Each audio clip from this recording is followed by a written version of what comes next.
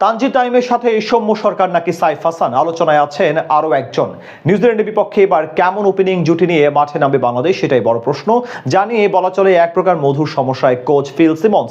পাকিস্তান সিরিজের পর আসতে পারে একটা পরিবর্তন। সব মিলিয়ে নিউজিল্যান্ডের বিপক্ষে মাঠে নামার আগে বাংলাদেশের ওপেনিং পজিশন নিয়ে সেই মধুর সমস্যা এবং কারা নামতে পারেন প্রথম ম্যাচে, সেটা নিয়ে বিস্তারিত আলোচনা হবে এই প্রতিবেদনে।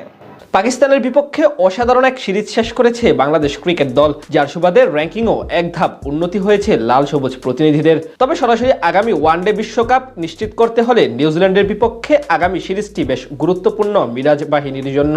আর সেই সিরিজের আগে প্রশ্ন উঠেছে ওপেনিং পজিশন নিয়ে। ওয়েস্ট ইন্ডিজের বিপক্ষে 2025 সালে শেষ সিরিজে সর্বোচ্চ রানের মালিক ছিলেন সৌম্য সরকার। ব্যাটাতে বেশ ভালো সময় কাটানো সত্ত্বেও পরের সিরিজে পাকিস্তানের বিপক্ষে 3 ম্যাচের 3টিতেই সাইড বেঞ্চে কাটাতে হয়েছে এই বাম হাতিকে। অন্যদিকে সাইফ হাসান প্রথম 2 ম্যাচে ব্যর্থ হলেও পরের ম্যাচে ঠিকই অসাধারণ পারফরমেন্স করেছেন। অন্যদিকে পাকিস্তানের বিপক্ষে সুযোগ পেয়ে দারুণভাবে কাজে লাগান তানজিদ তামিম। 150-র সাথে হাঁকান নিজের কেরিয়ারের প্রথম শতক। তারা 3 জন ছাড়াও আলোচনায় আছেন পারভেজ হোসেন ইমন। সব মিলিয়ে এখন ওপেনিং পজিশন নিয়ে এক প্রকার মধুর সমস্যায় আছে বাংলাদেশ দল।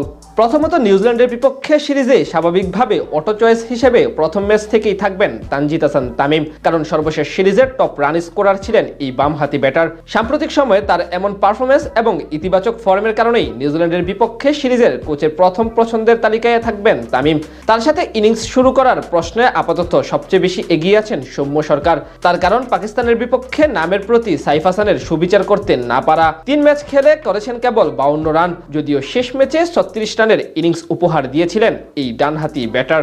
তবে সেটি আপাতত সন্তুষ্ট করার মতো না টিম ম্যানেজমেন্টকে। আর ইমন যেহেতু এই মুহূর্তে ওয়ানডে দলে নেই, তাই তাকে নিউজিল্যান্ডের বিপক্ষে সিরিজে ফেরানো নিয়ে যথেষ্ট সন্দিহা আছে।